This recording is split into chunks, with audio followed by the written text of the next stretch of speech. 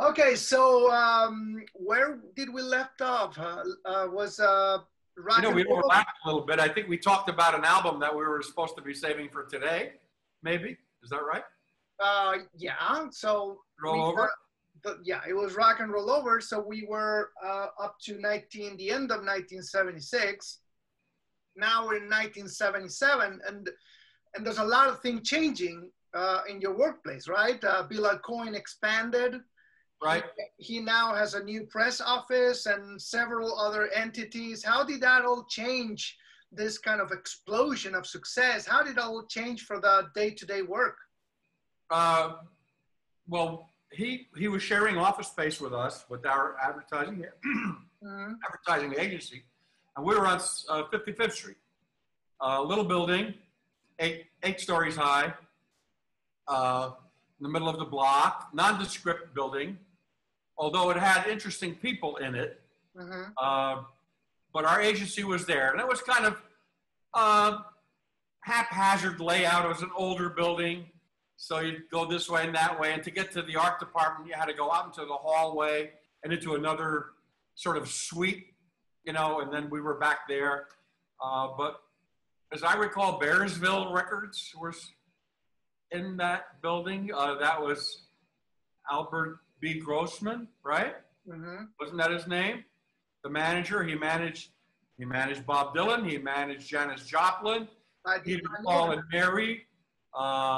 Todd Rundgren, and others that I don't know. I wasn't familiar with that. And that was he was on the 4th floor. Okay. And we were on the 8th floor, and Okay. I used to see these people coming in and out of the building. I mean, all the ones I mentioned, I saw. So wait, so when all the success, the new KISS success of 77, 78, you stayed in the same building? You didn't?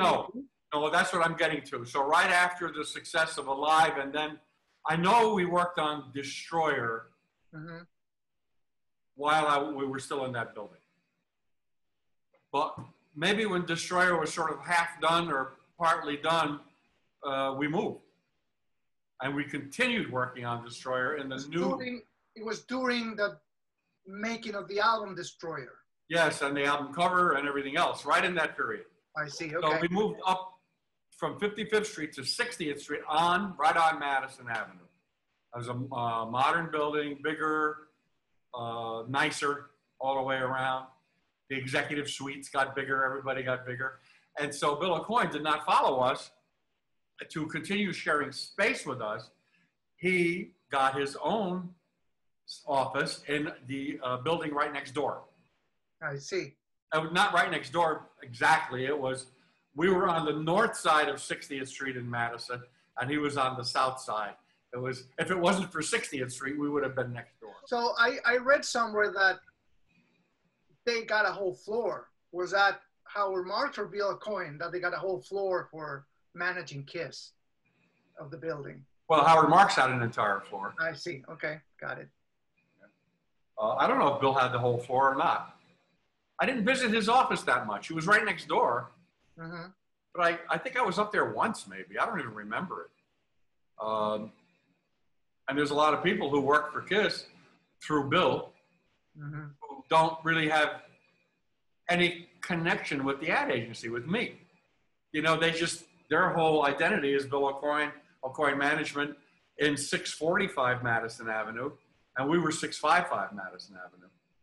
But we were with Bill for years before they were. They don't have that, not part of their history, you know. Just right about this time, people were saying that Bill Cohen was getting very ambitious, and he was quite a spender, and everybody kept advising him that he shouldn't spend that money and expand that rapidly, and because he wanted to get everything done in-house. So I was wondering how much of that did you see, and were you part of it? I was trying to get just the feel of the atmosphere around that time. Well, I mean, I thought it was natural that he would do that, that he would go out on his own and get his own place. He didn't want to be tied to Howard Marks. Not that he was paying rent, you know. But I did notice, obviously, in certain areas, I was doing all the creative. I was I was hiring illustrators and photographers, um, and, um, and that part of the business.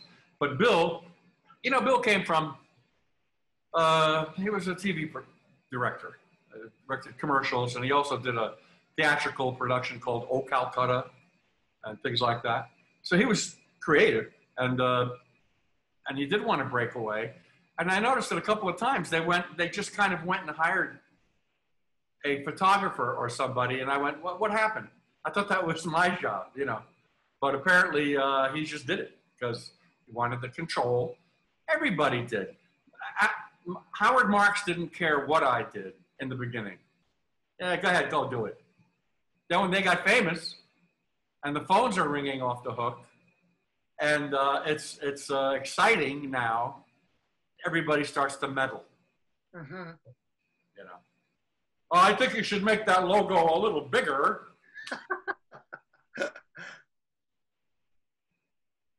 So, you know, those things happen. So even though there were the work was more have more media exposure, and I guess it got bigger and more spectacular, it was also more stressful. Is that fair to say? That all no, yeah, no question about it, because there was you know, MTV did a special called "When Kiss Ruled the World." Yeah, I saw that. And that was, you know, that was basically, you know, 76, 78, you know, 75, 79 in there, in that area. And so now they come by and they say, we're going to do another album. Come up with something, you know, and no input. Just do it. And I mean, that happened a few times. Sometimes I got a little input, naturally. I mean, Destroyer, we talked about it, no input. No title, no creative direction. No, we would like them to look this way and not that way. Nothing. We would like it to be a photo, not an illustration. Nothing. So that was fine because they weren't on top of the world yet. Well, before we move into Love Gun and how the concept came about, yeah. Talk to me a little bit, just a little bit about your relationship with Bill and Cohen, and if you want, if you will, talk a little bit about him. How, you know, his personality, the kind of person he was. Yeah, right. Bill and I got along great, famously. Was never any contentious arguments, talks, even creatively. Mm-hmm. Bill seemed to God bless him. He went along with my suggestions, which if I did this to Howard Marks, it might be a little different. But Bill was right there. You know,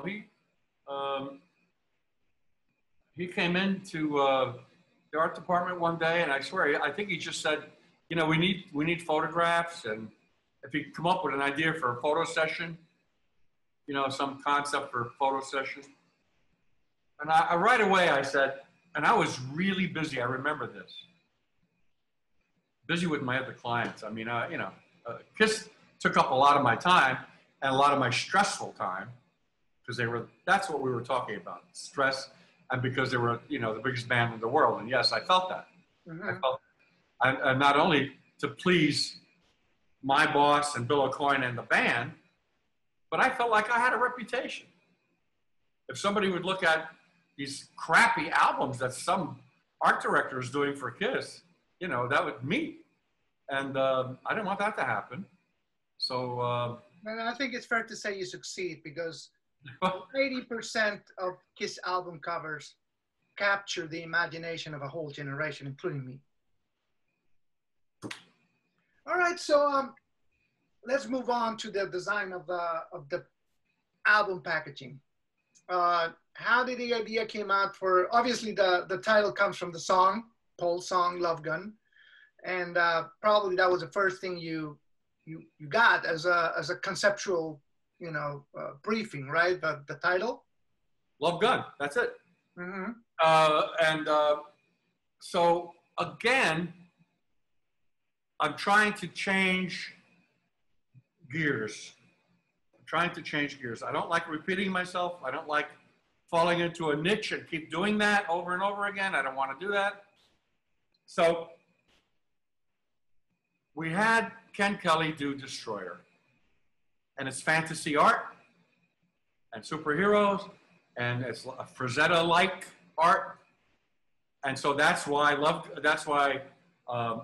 and Roll Over came right after it, because it's completely opposite looking in terms of graphics. Flat, almost Japanesey kind of, you know. And I thought that was a great success. And, you know, obviously they use that art for everything.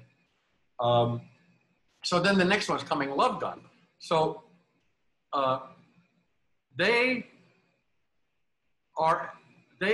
know what to do yet. I didn't have a concept yet, but I was thinking. But they kept saying to me, get Ken Kelly again. Who did? Bill and Cohen, Howard Marks, they all love Destroyer so much. I see, okay. Yeah. And I said, well, I don't want to use Ken right away. I'll use him down the line. Maybe the one after this or the one after that. I said, but it's too close to Destroyer. I just don't want to do it. I don't feel it, man. I love Ken, I love his work, but no, it's just going to be another one like that one. And they wouldn't let me talk him out of it. So I said, all right, well.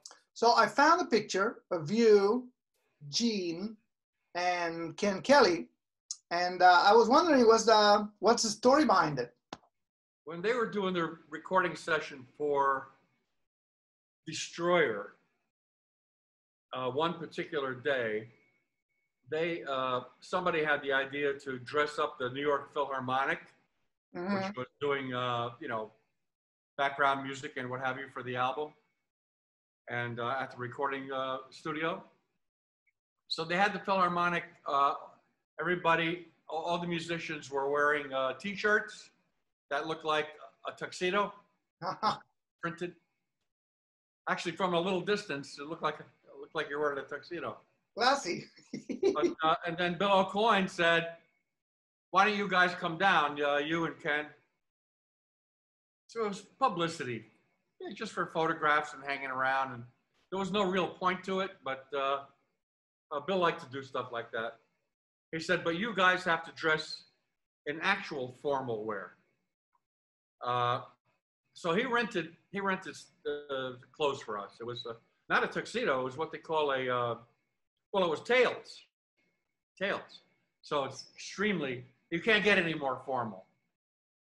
White tie, not black tie, tails.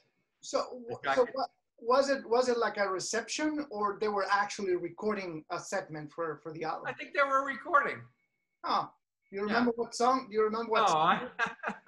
I don't remember any music. And maybe they weren't playing at that period of time that we were there. They may have stopped for an hour while people roamed around and took pictures or something. I don't remember all the details.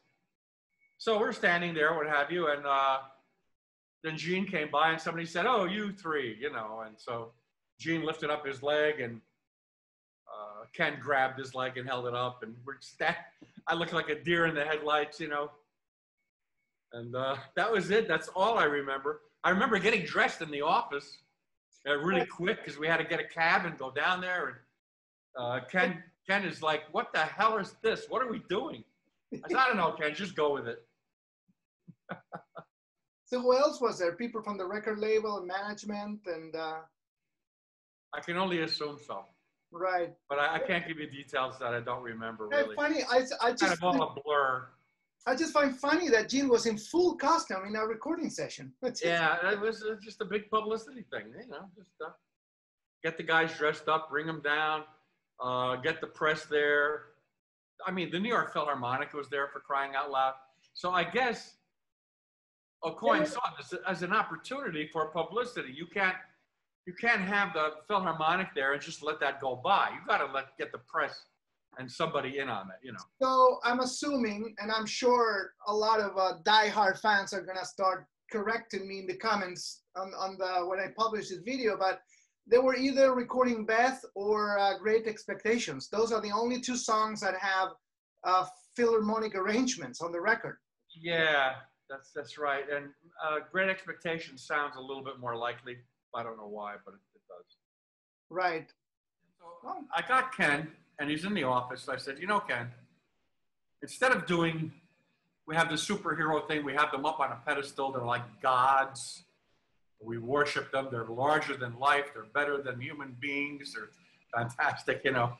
I said, I want to do something that brings them down a little bit and make it kind of a, not grunge, but a scene that maybe has some dirt in it, a little grungy.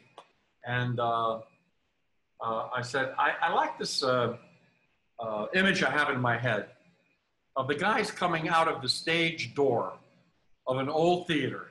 Like if you go down to New York and you find some of the older theaters, there's a lot of them are separated by alleyways and stage doors on the alleyway or the back street or the back of the theater. And they're coming out, and the fans know they're going to be coming out, and all these female gorgeous girls, but they're girls, they're female fans, like real people, are there waiting for them to kiss their ass and, you know, have sex with them or whatever they're going to do, you know. So, because they adored them. And the guys come out, and there they are, you know. And you saw the sketch for that. I saw it, and I also saw an interview with Ken about it. Yeah. So, you know, and Ken did that sketch. And it wouldn't have been, he got some of the flavor, and I had a lot to say about it. I would have changed a bunch of things if we were going to continue. I must say, it is a very cool concept, and I somewhat like it better as a concept than the final cover, but I understand why the other cover. No, that's the way I feel about it too. Same as you. So, and you know, as we talked about it, we're artists, and we're really artists for hire, and we have clients, and we have to listen to the clients. And if we disagree with them, we do our best to steer them in what we think is the right direction. But if it doesn't work, it doesn't work. And ultimately, we kind of have to back off and do our best. Boy, have I experienced that. Yeah, I know. All artists have. So I would have changed some things from that sketch. He had them all squashed together too much. I would have backed off a bit. I would have gotten a little more atmosphere, background. You know, I would have changed some of that. And I think it would have been kind of cool. But the band said, I don't want to be in an alleyway. I don't want to be in a dirty, you know, alleyway. I want to be gods. I want to be gods. Okay, so. Well, the way. But then what happened, you know? The way Ken tells the story is that when he presented the. I'd love to, I'm dying to hear this. Because Ken gets a lot of things a little, you know, sometimes I go, where did you get that from? I'm sure. Anyway, let's hear it. You know, memory is a very unreliable tool. You're not kidding. So anyway, he says that when he presented, he said that he wanted the same story you just told, that it was school of them coming out of this back alley and the girls are expecting them, and it's just a more sleazy approach to it because you can feel the sex in the air and the adoration, you know, all of that. Yeah, yes. And he said, Gene, I said, well, this is really cool, but we're much bigger than this. So we're not in a back alley anymore. We're in a... Well, that makes sense. That makes sense. Yeah, that makes sense. That's pretty much what they said. They still, I don't want to be in an alley. I want to be gods. And I said, I get it. But it would have visually, to me, it would have been kind of cool. But all right. So we changed it to, it's like a palace that they're coming out of with the... To be fair, that was just a kind of a mock-up sketch. It was way simpler than the finished painting. Not like... Oh, yeah. Not a rough sketch, just, yeah. No. Not like the brown one he did for Destroyer, which was fully done. Fletch painting. That was completely done. He delivered a done job. This was just a sketch. This is just a sketch with markers and quick paint, and I don't know how he did it, but yeah, just a sketch, kind of crude. You know, like the likenesses weren't quite there. Everything was rough. But I got, you know, you get the idea from that. That's how you start. And so he winds up doing this palace with the marble columns. And, you know, there is a Frazetta painting. Do you know the one I mean? And it's got a woman, kind of maybe Egyptian. And it's one of his more famous ones. and she's leaning against this marble column, and there are like some slaves. There it is. That's it. Yeah, that's it. That's it. And the Nubian slave back there, or whatever he is, and there she is. Oh, baby, baby. It's the same column. It's the same column, right? The same what? The same column. Yeah, they're close, very close. So we know where Ken gets his inspiration from. Yeah, for sure. And his uncle Frank. Yeah. So he delivered, a fantastic painting for a long time. And yes, all those women are his wife. Well, some things never change. I use my wife for most of my covers too. Oh, who are you going to use? You're sitting there alone. It's midnight. And you say, "Come here, honey. Do this." For sure. Although so I was called a few times on it, so I had to change it a little bit to make it a blonde, make her a blonde or a brunette or a red hair, just to avoid any connections. If you look in Ken's book, he has a book, and in there, in the Love Gun section, he's got all these Polaroids that he took of his wife, all the different angles, and he put them in the book to show how he did it. So, in case anybody didn't know that, that's the answer to that. Is it true? I read somewhere, or somebody told me, I'm not sure which. I don't have Ken's book, believe it or not. Oh. I should get that. I read somewhere, or somebody told me that he didn't quite finish it. And there was some head that, for instance, this head here is like floating. The floating head, yeah. There's no body. Is that true? Is that true that he didn't finish it in time? I don't know. I don't know if that's the reason why the head is floating. It could be because there's just a lot of smoke and mist over there. I don't That's what I thought. But then I heard that it's not finished, and I said, what? Yeah. That sounds like a non-artist interpretation of what they're looking at. Saying, hey, her head is floating, So, he probably didn't finish it. So for this album, I'm assuming you asked of Ken to do the same thing that you asked him for Destroyer, which was to paint a back cover. Exactly. Right. That's what it did. And the only thing I asked Ken to change, which he refused to do, so I said, all right, fine, was on the front cover, the arch. Yeah. Archway. I thought it was too sharp, too delineated. I said, if there's like a lot of backlight coming, that would be fuzzed out a little bit, like, when light comes blasting through a doorway or a window, the edges would not be that clear usually. I see, okay. And I said, I would love to see that fuzzed out. I didn't want to do that. So, like all of the previous records, you did all the layout and everything, the track list in the back, and all of this. Yeah, right. That's me. All of that. And sitting there on my drawing. This is obviously not in the right order because they didn't know the right order at that point, right? That's what I'm saying. We had to make the mechanical for the album cover before they were probably even finished mixing or something. I mean, that can happen.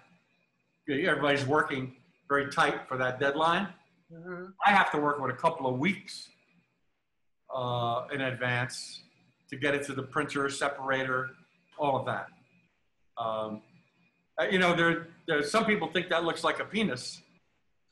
Yes, I heard that, but come on. I mean, you have to stretch your imagination a little bit. I said, well, it's an accident. It doesn't. Oh, you did it on purpose, Dennis. I said, no, I didn't. Well, I guess it's fair to say that those people were looking for a penis. I think so. I think you're right. So, I said, it's like that because we didn't know the order, and that was the order. Somebody typed it out on a piece of paper, and that's the order I said it in. So tell me a story about this. Yes, sir. Well. Was that your idea completely? Yes. I felt during the front cover painting happening and all of that, that I had a lot less, or not a lot less, but somewhat less input than I did on Destroyer, which I did from scratch and the whole thing, and it just came out of my head, and I told Ken. So this, it was kind of more of a compromise. I did start with the alleyway. It's really the same thing, though, isn't it? I mean, they're standing there and they're being surrounded by their adoring females. Just a whole nother scene, another way of looking at it. So the germ of the concept was there, but the final look, you know, didn't come from my head. So I was feeling that, and I said, you know, I don't know if I contributed as much as I wanted to for this album cover. So I said, oh, wait a minute. Well, we always do a fancy inner sleeve. I'll design a fancy inner sleeve. And it came to me to write their name in blood. I've always liked this sort of liquid lettering. I've done it before, and not in blood, but otherwise. And so I said, let me do this. So I went shopping for marble. And in New York, up about 116th Street or something in 2nd Avenue, there's a big marble yard where they sell stone and marble. And I went walking around this place. I couldn't find any green marble because I wanted it to match the columns on the front cover. I see, okay. You know, as well as I could. So, yeah, green, you know, greenish, bluish, greenish, yeah. So I bought a piece of marble. It was only about this big, but it wasn't green, but it was really nice. And I don't know, I guess I was feeling the pressure, and I bought that stupid marble for too much money. I think the guy saw me coming, you know, as they say. And so, but I didn't care. I bought it, and I brought it back, and that it was in the art department, and I decided it was no good. It was no good. So I started to go around looking at lobbies of buildings and looking at marble. I took my camera with me, and wasn't really getting anywhere. Then finally I said, oh, you know, this is a photograph. I mean, it doesn't have to be real marble. I'm going to get contact paper because I know they make a marble pattern. You know, contact paper, you put it inside your drawer in your kitchen, and you put your silverware in there. You line your drawer. At least in the old days, they used to do that to keep the drawer clean. Then you change the contact paper. It was sticky on the back. You peel off the paper, you stick it down. And so I bought a roll of contact paper, but it was blue, not green. Just as blue can be, you know, like blue. And, but I knew what I was going to do. I knew what I was going to do. So then I went to my butcher. Next door to me, there's a butcher shop where I live. Nick. So I said, Nick, can you get me some blood? He said, sure. They said, how much you want? I said, I don't need a lot. He said, well, you got to buy probably at least a gallon. I said, all right, a gallon. Give me a gallon of blood. So the next day, he gives me a gallon of blood. and it says on the gallon, it says beef blood, edible, I think it said. You know, the stores and the butchers would take that and they'd paint it on their meat so it would look more fresh and better, you know. I know. Yeah. So I take the blood down to the photographer, who was David Spindell. He did a lot of my still life work, David. And he was great at it.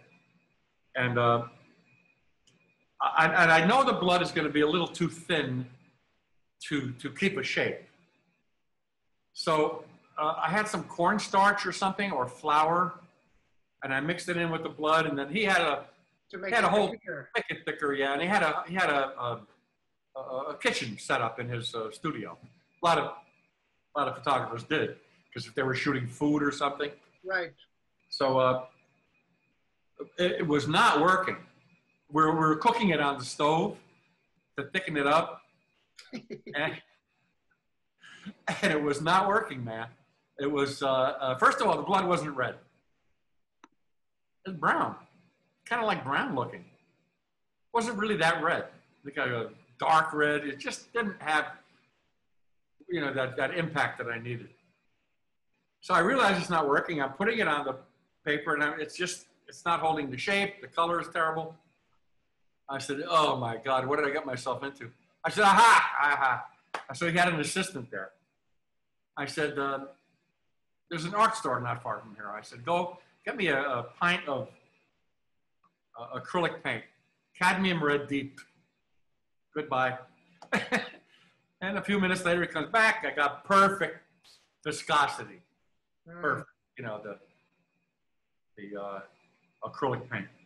So with a tablespoon, and I have the marble paper laid out flat on a piece of board. He's got lights on it. It's ready to go. And with a tablespoon, I'm going like that. And I want it to be a certain way looking, you know, not too clear, but then again, clear enough. And I spell kiss, and then I put a couple of accidental little blobs and drops here and there. You know, they didn't happen. I put them there, you know, to make it look like, you know, a splatter. And he shot it. And I'm looking at he used a big, you know, 8x10 view camera. A Deerdorf camera. These things were made in the 1890s. I mean, wow. It's like Matthew Brady used them to shoot Abraham Lincoln. Yeah. These cameras are still around, and they're made out of wood, and they have like a little track with the bellows comes out. But you know, the lens is like a beautiful German lens, and the rest of the camera hardly matters as long as you can move the lens and focus it onto your film. You can barely see the grain of the film. It's just very sharp. Yeah. Oh, and he would use like 25 ASA. You know film, right? A little bit. Yeah, it's maximum resolution. Yeah, 25 ASA, which was the lowest ASA. You needed a lot of light to expose. Almost no grain. But that was Kodachrome. Kodachrome was ASA 25. Best film ever made. Kodachrome. I think they called it Kodachrome 2. Best film ever made. Then after that, they came out with Ektachrome, and it was faster, 125. And that was the one I was using. That was the one I was using in it was fine film. There's nothing wrong with Ektachrome, but Kodachrome was what you use if you don't want to see any grain, any film grain. So we shot that. It wasn't great at first. I said, oh, it looks a little flat, David, and he right away, he knew what I meant. And he just took a couple of pieces of cardboard, and the light was coming this way, and he just sort of... It's beautifully lit. Yeah, he just aimed the light so that it's almost a shaft of light, but not terribly delineated, just enough. And so now I have this beautiful blood on a blue marble. So I made a dye transfer print. If you want to get into nerdy, technical stuff, to change the color. This is where it goes, yeah. So dye transfer prints on paper were expensive. Regular color print, they called it a C print, C standing for color. And they were okay, and they used them, and you would airbrush to retouch on that. You would spray paint to retouch on a C print. On a dye transfer, which was made by a completely different chemical process, almost like offset printing. You know, layers of different colors, one on top of the other, and then making another color as you look through them. So I got these dye transfers, $200-300 for a print, you know. Yeah. And but the way they retouched was they used bleach and dye, and they would go back and forth with bleach and dye, no airbrush, bleach and dye, and you could get the most in the hands of a skilled person. You get the most amazing results, and you can't see the retouching. Can't see it. With the C print, you know, all you had to do was look at it at an angle. You could see where he sprayed. You could see where the paint was on the print, you know. And a lot of times, you had to be great to make airbrushing look, you know, really believable. But not with this. Not with this. So I said, change that blue to that green that you see on those columns. They have to use masks. They masked it out, and then they bleached out certain colors and added other color in, probably yellow. Took out blue, added yellow, whatever they did, I don't know. And it just was great. It was fantastic. And I took out some of the red blobs. I had a couple of too many. Oh, I see. You know, accidental on purpose blobs. I left a couple, but I took out a couple. Mm-hmm. And you can't see where they did that either. It was just fantastic. No, I can't. So, Wow. and for my money, and I've said this before, as an image goes, I like it better than some of the album covers I did. You know? No, because it's strong. It's just in your face strong. In fact, I think I did something similar to some of the album covers. I can't remember which, but I remember splatting stuff. Oh, I do remember one. It was a criminal album cover I did. And I had to do several splatters to get, again, kind of a, I guess, a random looking splatter, right? But it's not. No, you have to put it just right there. I need a little dot right there. Yeah. Do you remember a rock group? We did one album cover for them, and then they disappeared. Called Candy. No. They made one record, and it was back in this period of time. It was Casablanca too. What were they signing Casablanca to? They were managed by Bill, but I don't know if they were on Casablanca or not. I'm not sure. I have their album here somewhere. Maybe I could. I'll superimpose the cover. Which was what was the album? It's called Whatever Happened to Fun. Oh, just one album. Okay. One album, Candy. Mm-hmm. Okay. And I had to do a logo for them, and I did so many layouts for logos that they just didn't like any of them. And so finally, I'm thinking of this liquid lettering, you know. So finally, I don't know if it came after I did the Kiss. It must have. And I thought to myself, oh, why don't I just rip myself off and do it again? So I got Elmer's glue. And I mixed it with a little bit of water to make it a little more runny, but not too runny. And I got a black board, and I wrote Candy out with this Elmer's glue. So it's white, it's opaque and translucent and transparent, depending on how thick it is. And it came out great. It's a fantastic effect. And that's what we used on their album cover, Candy. And then it says, Whatever Happened to Fun. And they're standing in front of the Statue of Liberty, just the face of the Statue of Liberty. And there's some scaffolding that looks like... That rings a bell. I think I've seen that. We built scaffolding in the studio, Bernard Vidal. And the Statue of Liberty face was done by rear projection or front projection. Mm-hmm. So the guy you used to photograph the inner sleeve, David Spindell, was he also doing all the photograph for the Kiss merchandise? For instance, the picture of the Kiss radio and the picture of all the products they were putting out that they were, no? Merchandising company, I guess, handled that. The licensing people. Okay. They took care of that. I never got involved in that, especially later, you know, when they were famous and they were merchandising and putting their stuff on everything. What about this? Did you put? No, we got them started. Yes. Yeah. Mm-hmm. There you go. Yeah, we did that. We did I think we did. I don't know if we did the mechanical for the fan club or not. Mm-hmm. I know.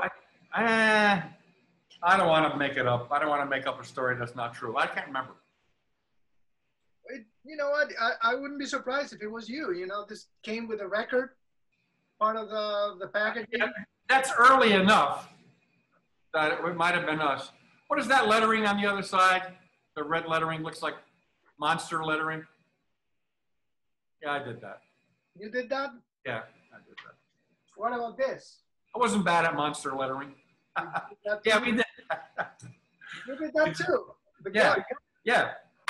The story is the printer, the guy, we used a broker to handle our printing. And his name was Leon Andors.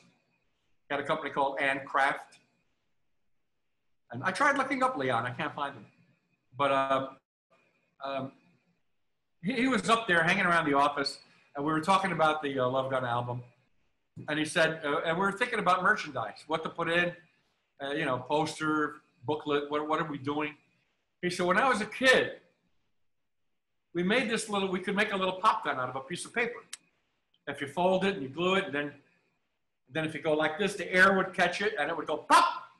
You know, a little homemade toy that you can make at home for no money. I said, oh, and he made one. He said, give me some tape, give me a pair of scissors, and in the art department, he made one. And he went like that, and it went pop. And we said, why not? But then, so I designed it with a real gun, and bang, and you know.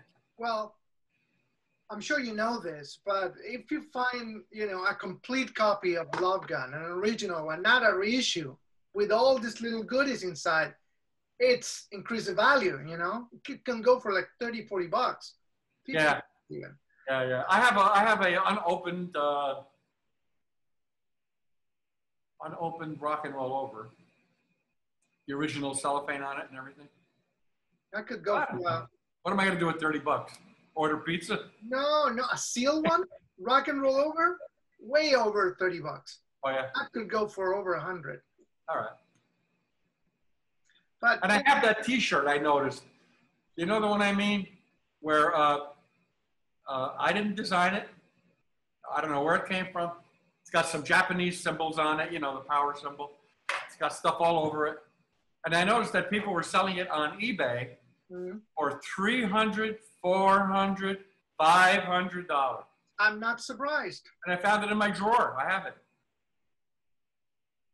I'm not surprised. Like if I got $300 for it, I would sell it tomorrow. Yeah, I think I would.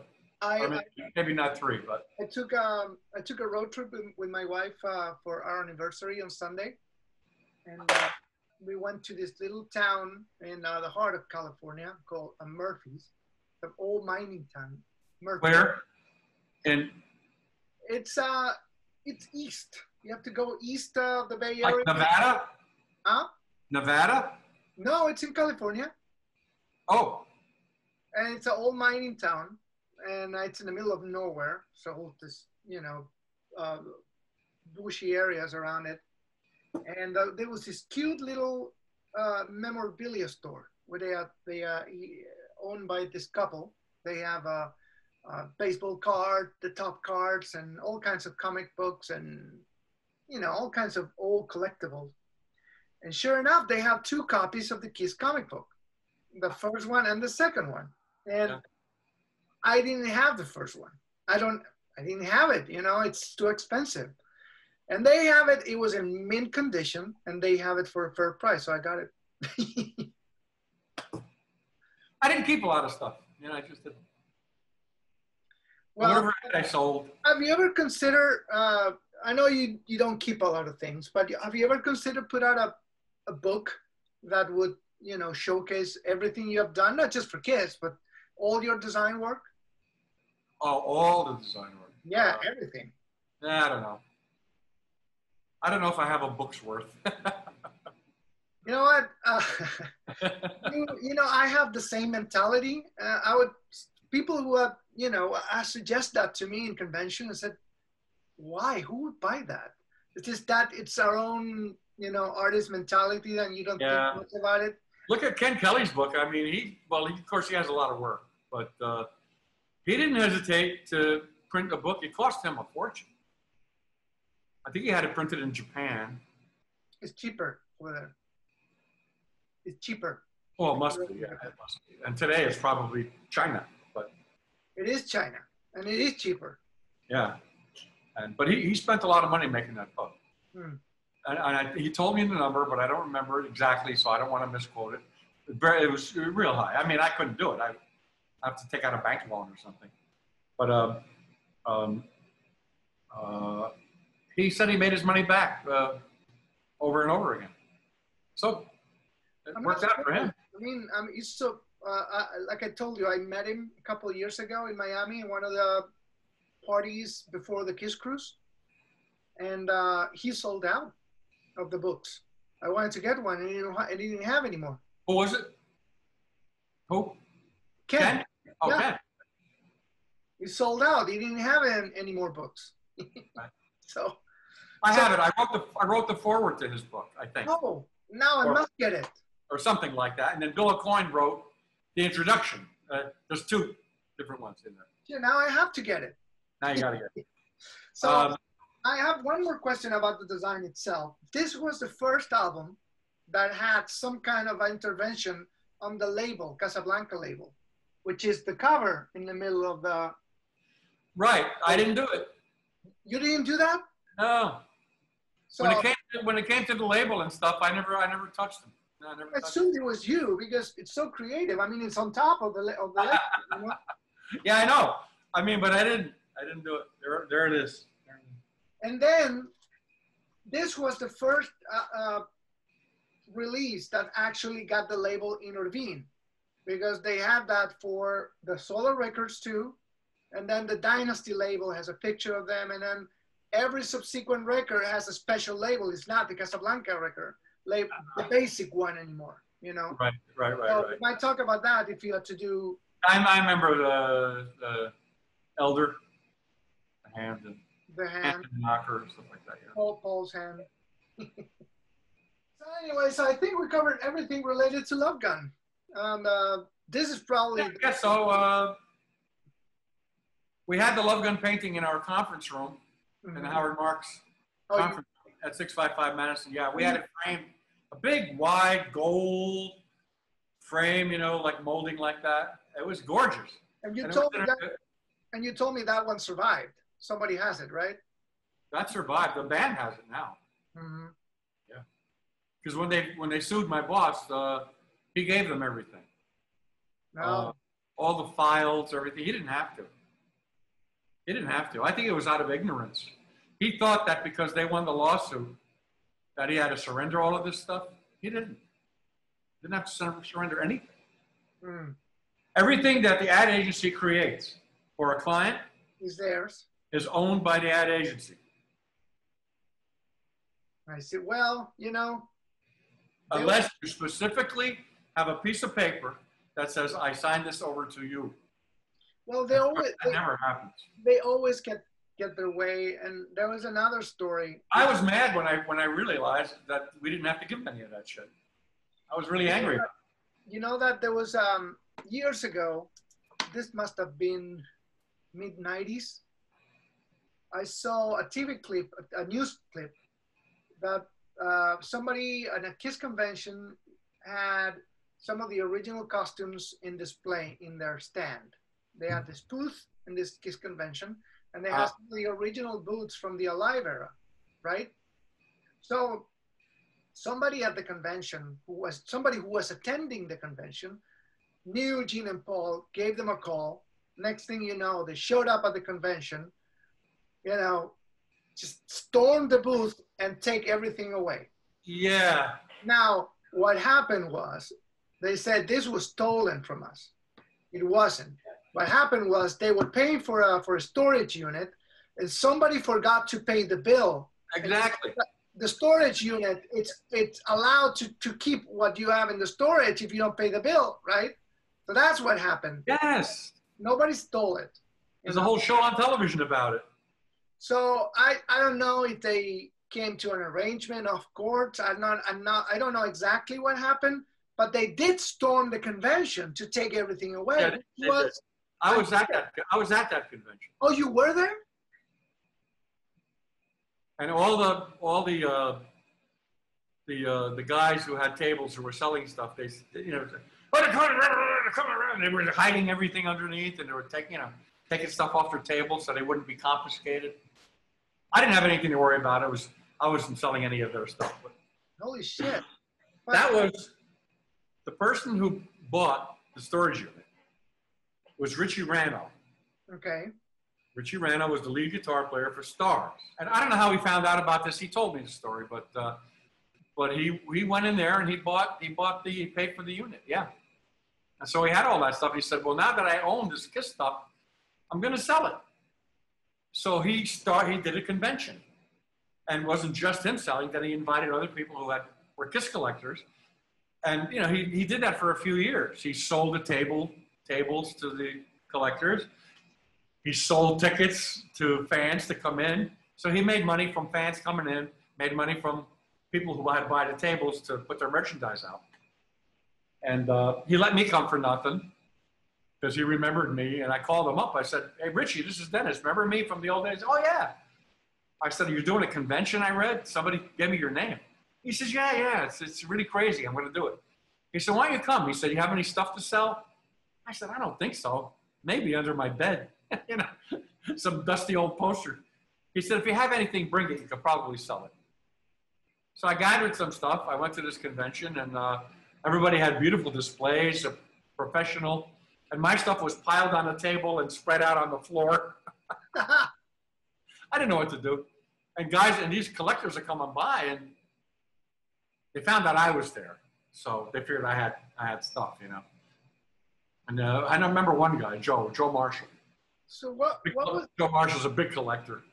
So what was the legal ground for them just taking all back? They had no legal ground. But they kept it anyway. How did they do it?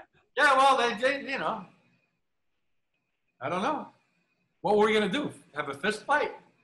I don't know. But did you know whose fault was that the bill wasn't paid for the storage unit? Oh, Bill and Cohen, probably. He's just, you know, he didn't care. Why was the destroyer painting lost and destroyed? Right. Bill messed it up somehow. Richie got tired of doing those conventions. He said, "No more." He said, "I do make money." He said, "But at the end of the day," he said, it's really not worth it. You know, not worth it. He said, it's very hard work for months in advance. It's a lot of work. It's a lot of work. You got to get insurance, security, things you never even thought about. You got to do. No, and the reason to start, I mean, the whole reason in the first place to do something like that is because you love something. In this case, Kiss, right? So, but you end up not enjoying the event because you're running through the place, taking care of things. You know, the organizer of the convention is the one who enjoy it the least because he's like, running around and just accommodating a lot of things. Yeah. I talked to the guy who put together the pre-party at in Miami before the Kiss cruise, and he was stressed, you know. So I don't know. I mean, you do things because you love it, but then you know you realize it's a lot more work and stress than the enjoyment. So anyway, Dennis, this was awesome, very entertaining and illuminating as always. And, okay. So long. Next one is going to be Live 2. And then we have there was a bunch of things released between 77 and 78 and 79. The solo records, double platinum, and then Dynasty. So right. A lot of things compressed in a short amount of time, you know? I guess so. And on some of those albums, I'll have not a lot to say. Okay. Well, fair enough. We'll compress them in just one episode. Okay. All right? Okay. Good to see you, Dennis. Enjoy the rest of your day. Bye-bye.